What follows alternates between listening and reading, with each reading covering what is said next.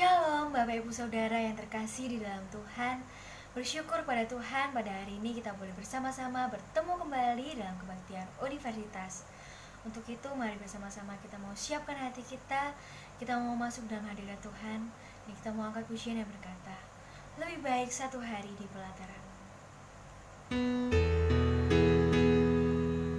Mari sama-sama kita siapkan hati kita mau ambil satu decision di hadapan Tuhan.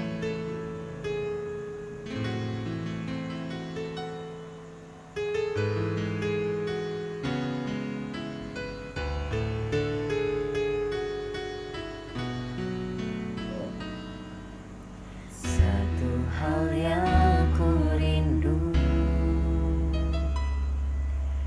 berdiam di dalam rumah-Mu.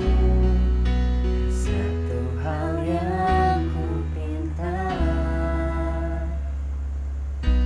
menikmati baik-Mu Tuhan. Lebih baik satu hari di pelataran-Mu daripada 1000 hari di tempat lain. Memuji-Mu, menyembah-Mu, Kau Allah yang hidup, dan menikmati semua kemurahan-Mu.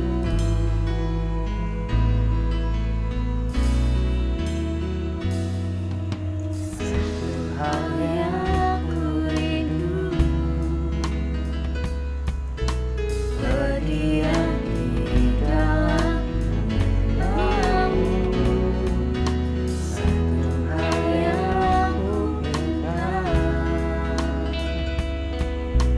menikmati baik-Mu Tuhan.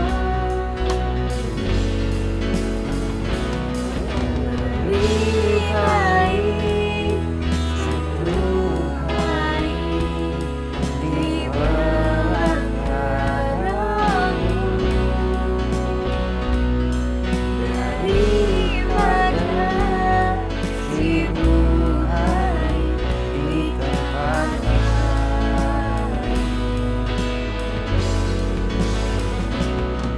Memuji-Mu, menyembah-Mu, Kau Allah yang hidup, dan menikmati semua kemurahan-Mu.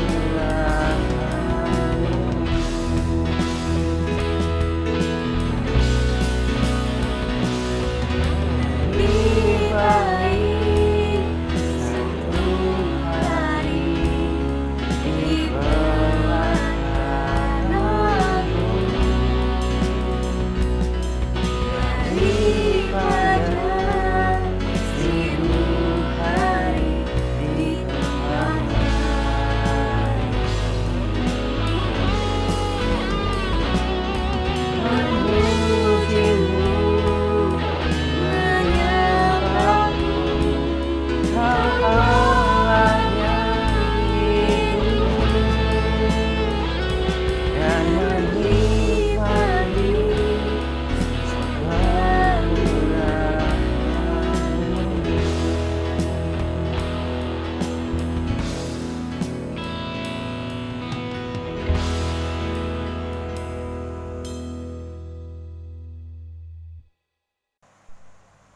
Kebaktian Universitas hari ini kita mulai dengan melandaskan kasih dan anugerah Allah Bapa yang telah dinyatakan dalam karya Allah Anak Yesus Kristus melalui persekutuan dengan Allah Roh Kudus.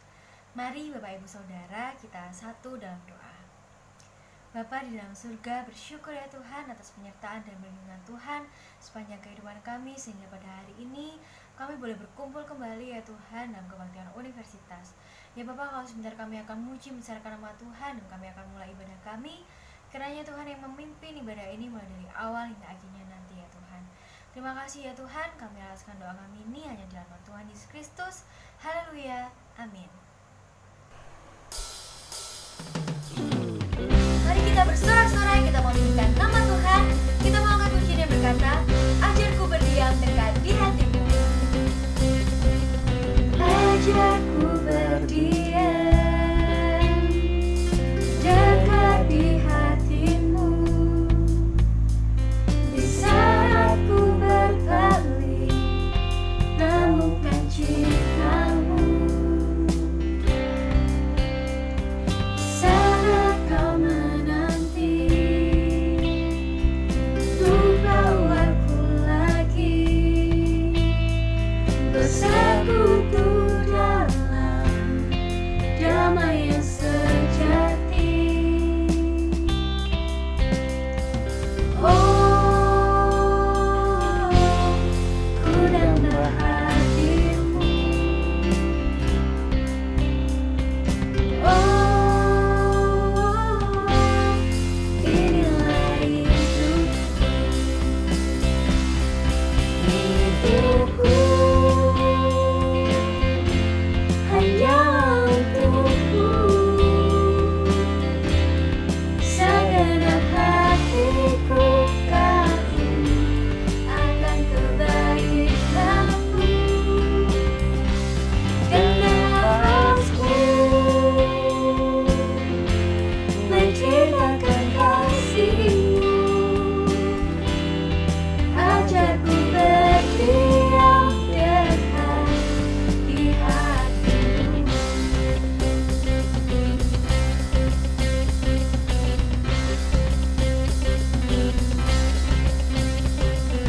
Ajarku berdiam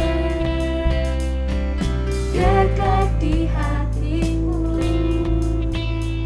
Di saat ku berpaling, temukan cintamu.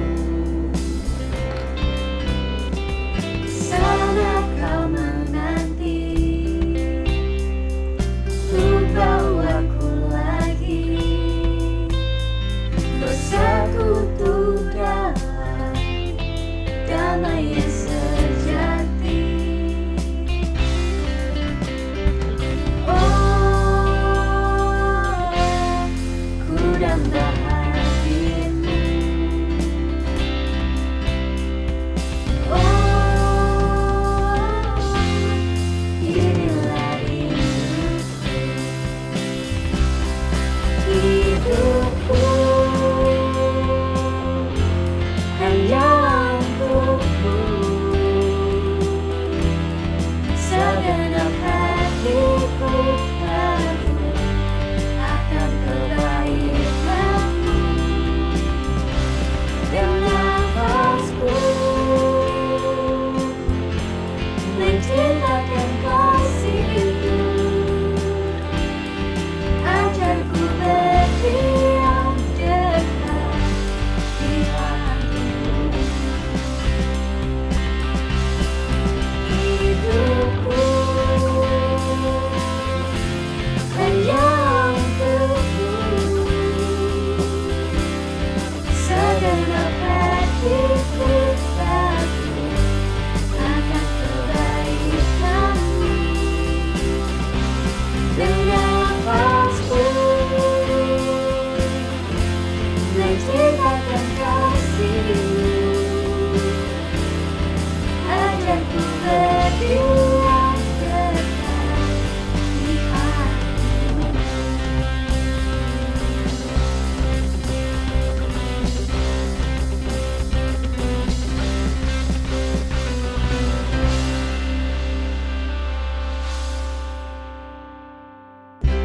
Ku mau selalu bersyukur sebab cintamu padaku takkan pernah berubah.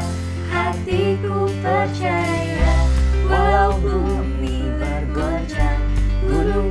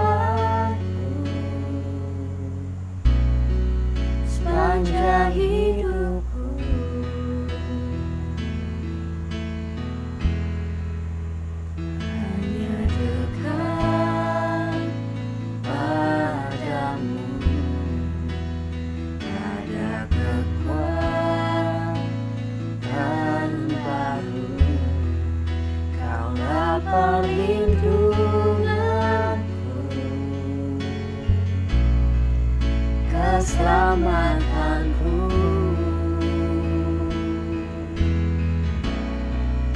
Ku ingin selalu bersekutu denganmu, menikmati hadiratmu. Biarlah rohmu tinggal dalam hidupku.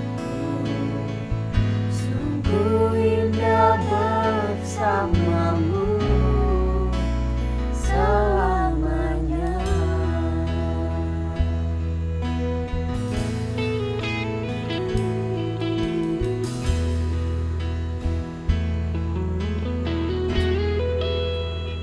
Hanya dekat Allahku, rasa tenang hatiku. Kau sertai jalanku sepanjang hidupku.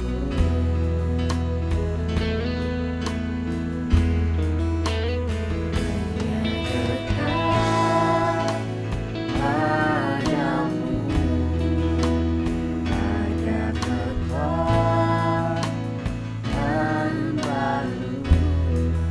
Kaulah perlindunganku, keselamatanku.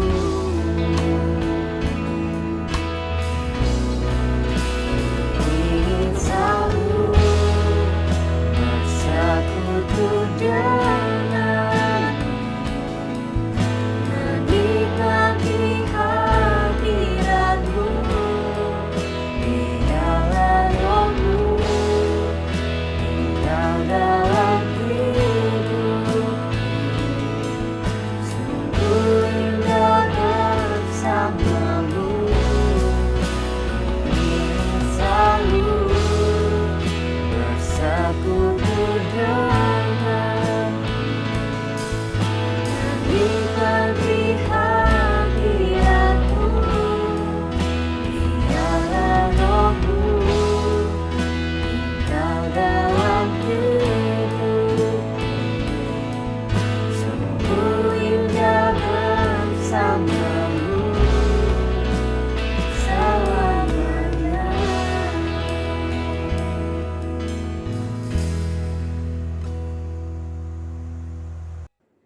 Sebelum kita belajar dari firman Tuhan yang akan disampaikan, mari kita simak video PKPP berikut ini.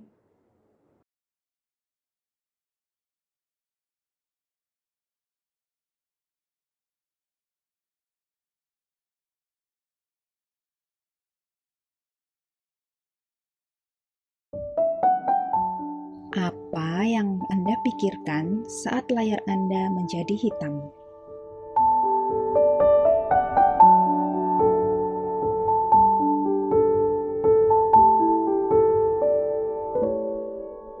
Ternyata kita sangat sulit untuk hening. Ketika saat hening itu hadir, otak kita justru sibuk berpikir. Mungkin kita jadi merasa bingung, tidak nyaman, merasa tidak produktif, dan lain sebagainya. Dan setelah menjalani hari yang padat, kita pun merasa penat. Kita tidak sadar, kita perlu hening sebentar. Memberi jeda di tengah semua kesibukan kita. Mari kembali kita coba untuk hening sejenak.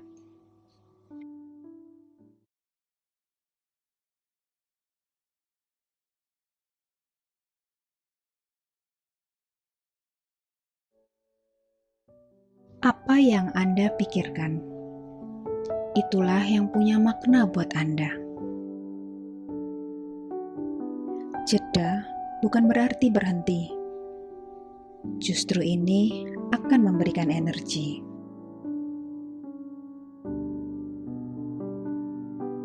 Mari bersama kita belajar mengenai keheningan ini, melalui firman Tuhan berikut ini. Jeda bukan berarti berhenti. Jeda justru akan memberikan energi. Shalom, selamat siang Petranesian. Puji Tuhan, di tengah segala aktivitas kita diberi kesempatan untuk mengambil waktu, jeda sejenak, dan mendengar firman-Nya. Mari saat ini kita membawa segenap hati, segenap jiwa, dan pikiran kita di hadapan-Nya. Mari kita berdoa. Bapa yang baik, ini kami anak-anak-Mu datang dengan segala keberadaan kami. Engkau yang mengenal kami, pergumulan dan isi hati kami, bahkan yang terdalam, yang tidak seorang pun mengetahuinya. Kami rindu saat ini dalam momen jeda ini, Engkau menyelidiki kami, berbicara kepada kami secara pribadi, menghibur, menguatkan, meneguhkan setiap kami, sesuai pergumulan kami masing-masing. Berfirmanlah ya Tuhan, kami anak-anak-Mu siap untuk mendengar. Demi nama Yesus Kristus, Allah kami yang hidup, kami berdoa. Amin. Hari ini kita akan bersama-sama merenungkan sebuah tema, keheningan yang kita butuhkan. Sederhananya, di tengah keriuhan dunia, padatnya aktivitas, dan cepatnya ritme kehidupan, setiap kita membutuhkan keheningan. Nah, karena kita membutuhkan keheningan, oleh karena itu kebaktian universitas selesai sampai di sini. Dan silakan Bapak Ibu mengambil waktu untuk hening. Nggak gitu juga ya konsepnya ya. Tapi dari usaha bercanda ini, kita bisa mulai berpikir. Jadi sebenarnya hening itu apa? Atau hening itu bagaimana? Coba saat ini silahkan dituliskan dalam kolom chat di YouTube masing-masing. Apa yang muncul dalam pikiran kita ketika kita mendengar kata hening? Silahkan, saya beri waktu sebentar. Coba saya terawang ya. Ini sepertinya ada yang jawab kalau hening itu tenang. Atau ada yang jawab hening itu nggak ada suara, diam, sunyi, sepi. Betul nggak? Kalau betul, berarti saya udah kayak cenayang gitu ya. Saya bisa menebak isi pikiran Bapak Ibu dan teman-teman di masa depan. Karena saya rekaman udah berapa hari sebelum hari Senin. Tapi bohong, saya bukan cenayang. Bercanda Bapak Ibu, ada beberapa di antara yang menulis di kolom chat itu memang hasil survei ke beberapa mahasiswa yang sudah saya lakukan sebelumnya. Oke, hening. Hening, ada yang bilang hening itu tenang, ada yang bilang hening itu nggak ada suara, ada yang bilang hening itu diam, sunyi, sepi. Nah, pertanyaan berikutnya kalau begitu, hening itu kondisi yang muncul karena kita pasif, atau justru hening adalah sebuah tindakan aktif? Kalau hening itu kondisi kita pasif, lalu bagaimana dengan isi kepala dan hati kita yang seringkali tidak bisa hening walaupun situasi sekitar kita sedang hening? Kalau hening itu tindakan aktif yang seperti apa yang bisa disebut hening?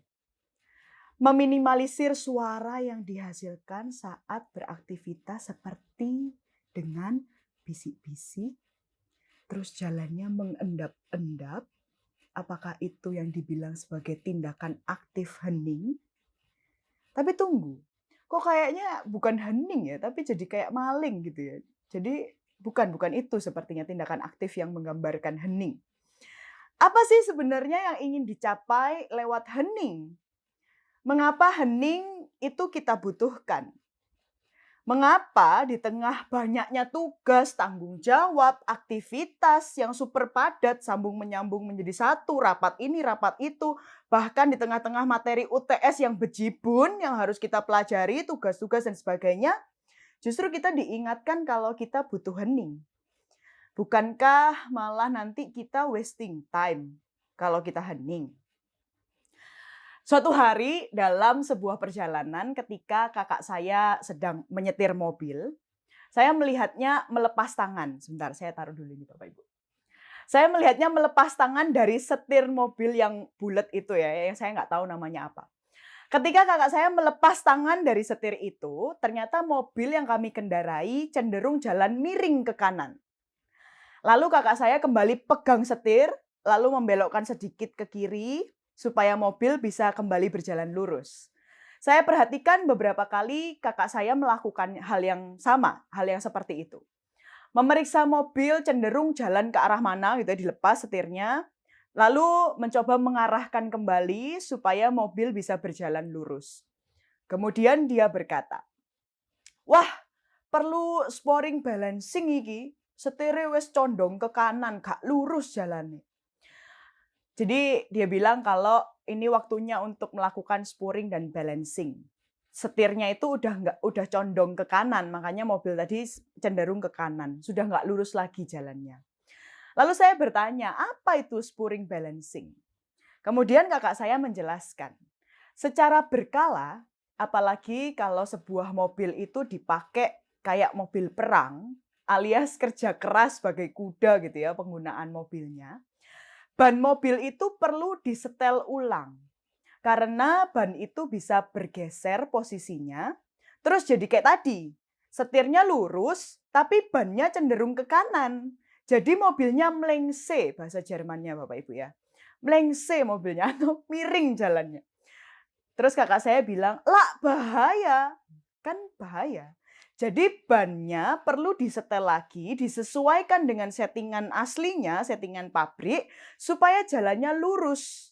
Supaya kita yang di dalam jadi aman dan nyaman. Bapak, Ibu, dan teman-teman, dalam keterbatasan saya memahami apa itu sporing dan balancing, mungkin cerita tadi bisa menggambarkan pentingnya keheningan dalam kehidupan kita. Keheningan adalah sebuah tindakan aktif, upaya yang sengaja kita lakukan untuk memeriksa hati dan pikiran kita. Kemudian menyetelnya kembali supaya tetap selaras dengan rancangan dan tujuan Sang Pencipta. Apakah kita masih berjalan lurus sesuai dengan setirnya, atau kita sudah mulai nggak sinkron dengan setirnya? Cenderung miring ke kiri atau miring ke kanan?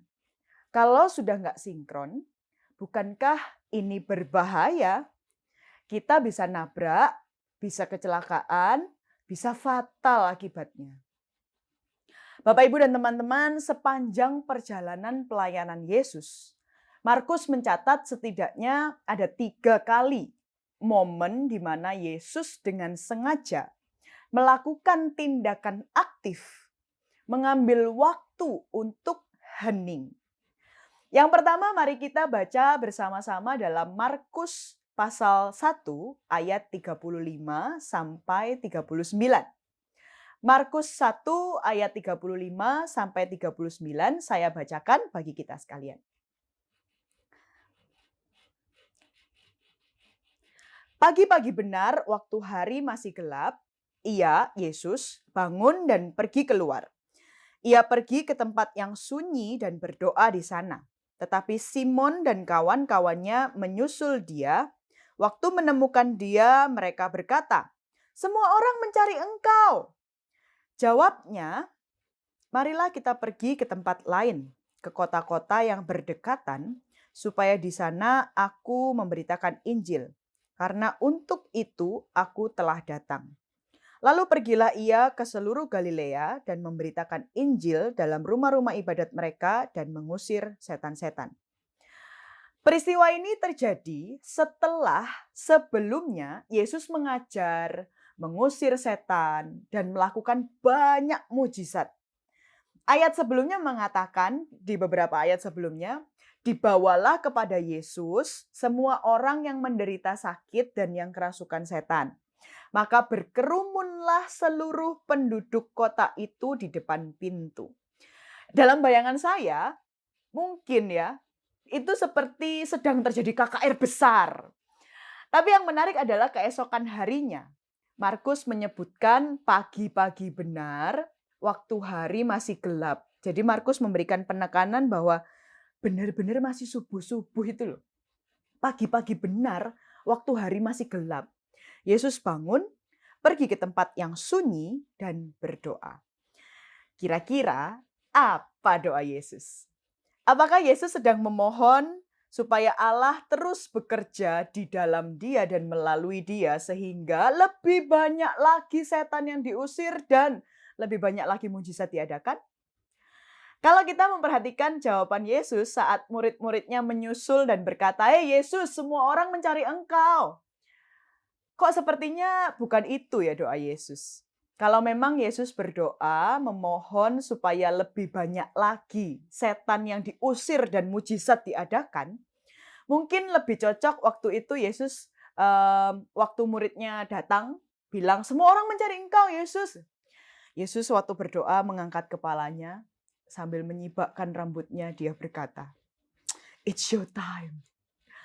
Ini waktunya menunjukkan kembali kuasanya gitu ya. Lalu Yesus berjalan sambil diikuti oleh murid-muridnya di samping kanan dan kirinya sambil angin menerpa jubah panjang mereka diiringi background musik.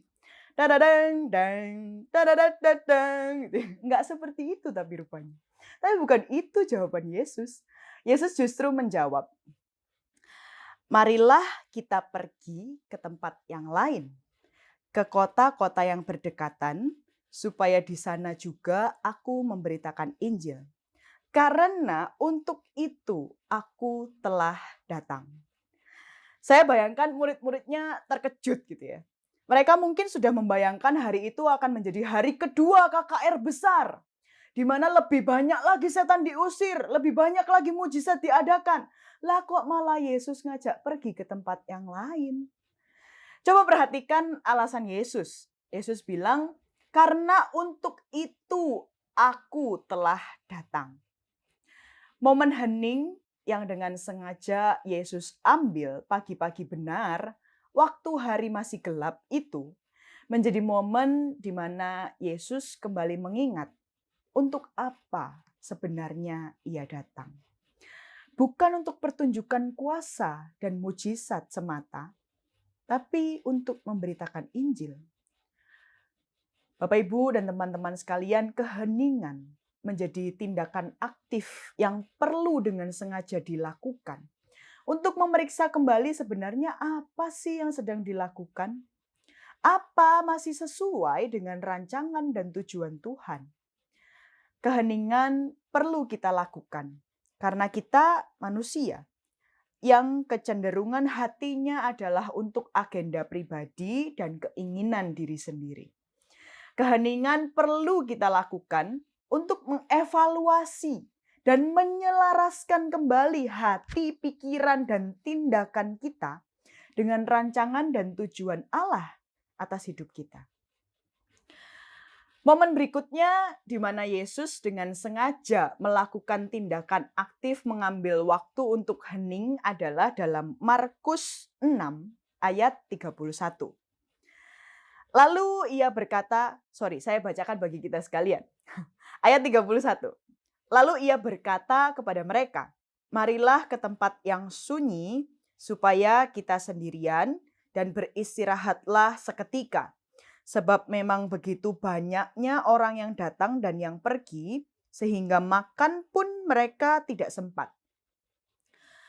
Bapak, Ibu, dan teman-teman sekalian, kelanjutan dari peristiwa ini, kalau Bapak, Ibu, dan teman-teman melanjutkan untuk membaca dalam perikop ini gitu ya, seolah-olah berkata, Yesus mau makan. Eits, tidak semudah itu.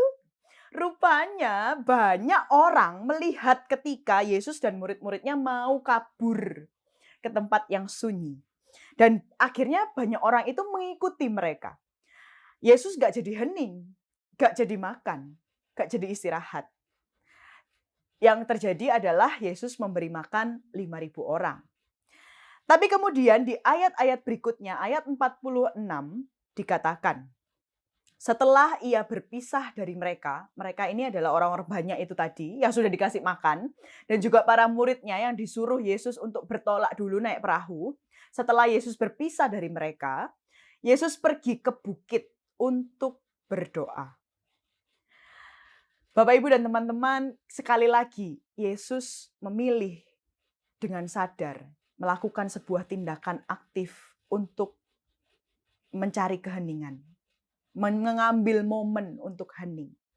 Keheningan tidak hanya menjadi momen memeriksa dan menyelaraskan kembali hati, pikiran, dan perbuatan kita. Tapi dari peristiwa ini, kita melihat bahwa keheningan menjadi momen untuk Yesus beristirahat dan mengumpulkan kembali energi setelah kelelahan fisik yang dia alami. Setelah padatnya aktivitas, pengajaran demi pengajaran, mujizat demi mujizat, dan berbagai macam dinamika relasi yang terjadi karena beberapa perikop sebelumnya diceritakan Yesus ditolak di Nazaret, sangat wajar jika Yesus berkata, supaya kita sendirian dan beristirahatlah seketika. Yesus lelah, capek, butuh space, butuh rest. Seperti kita juga perlu space, perlu rest. Kita perlu keheningan bukan hanya sebagai sebuah tindakan aktif, tapi juga sebuah kondisi di mana kita secara sadar pasif, tidak berbuat apa-apa, diam, sendirian. Benar-benar untuk beristirahat. Mengistirahatkan hati, mengistirahatkan pikiran, dan fisik kita. Kalau kata NKCTHI, atau nanti kita cerita tentang hari ini, nafas sebentar, apa sih yang dikejar? Bapak, Ibu, dan teman-teman, sejauh ini kita melihat keheningan dari dua sisi. Yang pertama adalah sebuah tindakan aktif yang secara sengaja kita lakukan, yaitu memeriksa dan menyelaraskan kembali hati, pikiran, dan tindakan kita dengan rancangan dan tujuan Allah bagi kita. Tapi di sisi yang lain, keheningan juga adalah kondisi di mana kita secara sadar menjadi pasif, diam, dan beristirahat. Dan momen yang ketiga, di mana Yesus dengan sengaja melakukan tindakan aktif mengambil waktu untuk hening adalah di Taman Getsemani. Di Taman Getsemani itu adalah momen sesaat sebelum Yesus ditangkap untuk menggenapi karya keselamatan di atas kayu salib. Markus 14 ayat 32 sampai 36 mencatat, lalu sampailah Yesus dan murid-muridnya ke suatu tempat yang bernama Getsemani. Kata Yesus kepada murid-muridnya, duduklah di sini sementara aku berdoa. Dan ia membawa Petrus, Yakobus, dan Yohanes sertanya. Ia sangat takut dan gentar. Lalu katanya kepada mereka, hatiku sangat sedih seperti mau mati rasanya. Tinggallah di sini dan berjaga-jagalah. Ia maju sedikit, merebahkan diri ke tanah dan berdoa, supaya sekiranya mungkin saat itu lalu daripadanya. Katanya, ya Aba, ya Bapa, tidak ada yang mustahil bagimu. Ambillah cawan ini daripadaku, tetapi janganlah apa yang aku kehendaki, melainkan apa yang engkau kehendaki. Bapak, Ibu, dan teman-teman, dalam bagian ini kita melihat Yesus dalam kemanusiaannya. Ia sangat takut, gentar, sedih, seperti mau mati rasanya. Ya pastilah ya. Coba kita bayangkan. Ketika kita ada dalam satu kondisi, kita tahu di depan mata ini kita akan masuk ke dalam sebuah kondisi yang mengerikan. Misalnya Squid Game. Mereka tahu nih, mereka akan main ke dalam suatu pertandingan yang mempertaruhkan nyawa mereka. Mereka tahu dengan sadar, makanya ketika bagian yang pertama mereka memilih untuk mengakhiri pertandingan. Karena itu sangat mengerikan, sangat menggentarkan. Tetapi pada saat bagian yang kedua, mereka diperhadapkan dengan sebuah pilihan. Mereka harus masuk ke dalam pertandingan dan itu mempertaruhkan nyawa. Mereka dengan sadar tetap perlu melangkahkan kaki masuk ke dalam pertandingan. Kondisi yang tidak menyenangkan. Mungkin itu gambaran yang sedang dihadapi oleh Yesus. Yesus tahu sebentar lagi dia akan menghadapi kondisi yang mengerikan. Ditangkap, dianiaya, dipukuli, dan sebagainya sampai harus mati di kayu salib. Itu kondisi yang sangat mengerikan. Dan Yesus berkata, kalau boleh, ambillah cawan ini daripadaku. Tapi kalimat berikutnya ini kalimat pamungkas dari Yesus. Yesus berkata, tetapi janganlah apa yang aku kehendaki, melainkan apa yang engkau kehendaki. Bapak, Ibu, dan teman-teman, keheningan menjadi momen di mana Yesus mengambil tindakan aktif, bergumul di dalam dirinya sendiri, menyiapkan hatinya, tapi sekaligus itu momen di mana dia memilih untuk pasif. Pasif untuk apa? Taat sepenuhnya pada kehendak Bapanya. Sekalipun itu bukan hal yang mudah untuk dilakukan. Taat menjadi titik puncak momen keheningan yang Yesus ambil. Yesus taat sampai mati, bahkan sampai mati di kayu salib. Supaya karya keselamatan Allah tergenapi bagi seluruh umat manusia. Supaya kita sekalian tidak binasa, melainkan beroleh hidup yang kekal. Supaya saya dan Bapak, Ibu, serta teman-teman mahasiswa sekalian menerima anugerah, keselamatan, dan memperoleh hidup di dalam Dia. Keheningan menjadi momen bagi kita juga untuk menyiapkan hati. Menyiapkan hati untuk taat sepenuhnya pada kehendak Allah yang telah Ia sampaikan secara pribadi kepada setiap kita. Beberapa tahun yang lalu ketika saya sedang bergumul memilih sesuatu gitu ya. Saya lupa sebenarnya memutuskan suatu hal antara memilih STT atau waktu itu saya sedang bergumul untuk mengambil sebuah kepengurusan tertentu. Seorang mentor berkata, Evi boleh bertanya sama Tuhan. Tapi kalau Tuhan sudah berbicara, kalau Tuhan sudah menjawab, jangan bertanya lagi. Jangan ragu lagi. Taatlah. Itu bukan hal yang mudah, Bapak Ibu. Saya tahu saya sudah mendengar Tuhan berbicara, saya tahu Tuhan sudah menjawab, tapi untuk taat, tunggu dulu. Itu bukan hal yang mudah untuk dilakukan. Keheningan yang kita butuhkan menjadi momen krusial dalam hidup kita. Kita perlu hening untuk sekali lagi memeriksa dan menyelaraskan hati, pikiran, dan tindakan kita dengan rancangan dan tujuan Allah atas hidup kita. Tapi pada saat yang sama kita juga perlu hening untuk literally beristirahat secara fisik. Dan kita perlu hening supaya kita siap untuk taat sepenuhnya pada kehendak Allah. Untuk taat total tanpa ragu lagi pada kehendak Allah atas hidup kita. Kiranya anugerah Tuhan melalui pengorbanan Yesus Kristus di atas kayu salib memberikan kita kepekaan dalam keheningan yang kita lakukan. Dan juga pada saat yang sama memberikan kita keberanian untuk taat sepenuhnya pada kehendak Allah dalam hidup kita. Kita butuh keheningan. Kita perlu mengambil waktu untuk hening, memeriksa hati, pikiran kita. Apa sih yang sebenarnya sedang kita lakukan? Apa sih yang sebenarnya sedang kita kejar? Apa sih yang sebenarnya sedang kita perjuangkan? Dan ini satu pertanyaan yang sering saya tanyakan di momen-momen hening saya. Siapa yang sebenarnya sedang jadi Tuhan dalam hidup saya? Mari kita berdoa. Tuhan, ampuni kami, manusia yang berdosa ini. Kami memohon belas kasihan Tuhan terus dinyatakan pada setiap kami. Karena kami manusia yang cenderung memilih agenda kami sendiri, memilih kepentingan diri kami sendiri. Ampuni kami ya Tuhan.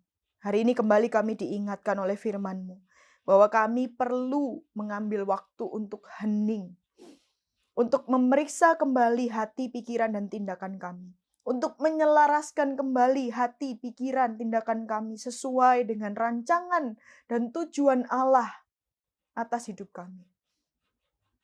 Dan kalau misalnya Tuhan mendapati saat ini hati, pikiran, dan tindakan kami mulai melenceng, kami sedang berjuang untuk diri kami sendiri, bukan apa yang Tuhan kehendaki. Kami mulai mengejar prestasi atau keinginan, kebanggaan pribadi kami. Ampuni kami ya Tuhan. Tuhan tolong kami selidiki hati kami. Kami perlu juga keheningan untuk benar-benar mengambil waktu untuk beristirahat secara fisik, untuk memulihkan kembali energi kami. Dan terlebih kami perlu keheningan untuk menyiapkan hati kami taat sepenuhnya pada kehendak Tuhan dalam hidup kami. Tuhan tolong kami. Berikan kami kepekaan akan suara Tuhan, supaya kami boleh mengambil waktu-waktu hening sesuai dengan waktunya Tuhan. Pada momen yang tepat untuk mendengar kembali Engkau berbicara kepada kami masing-masing secara pribadi.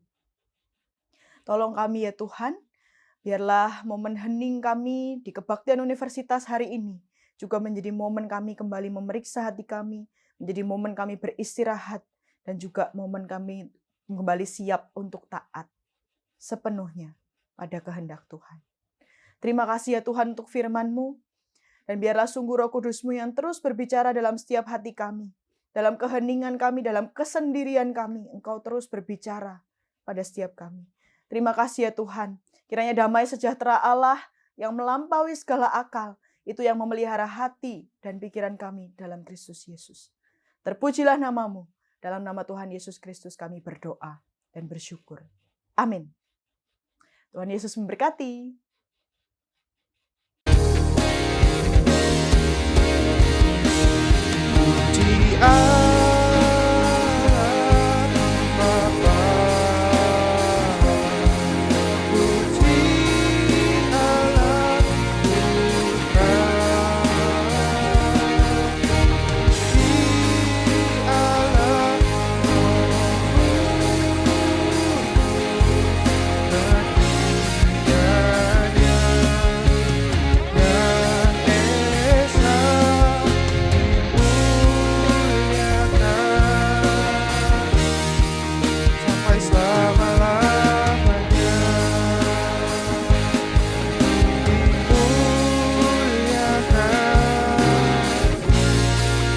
sampai selama-lamanya.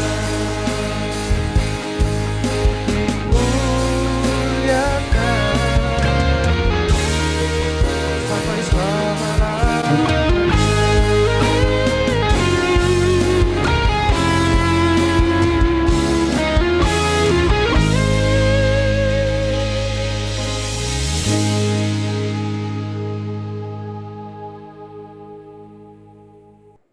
Shalom Bapak Ibu dan teman-teman semuanya.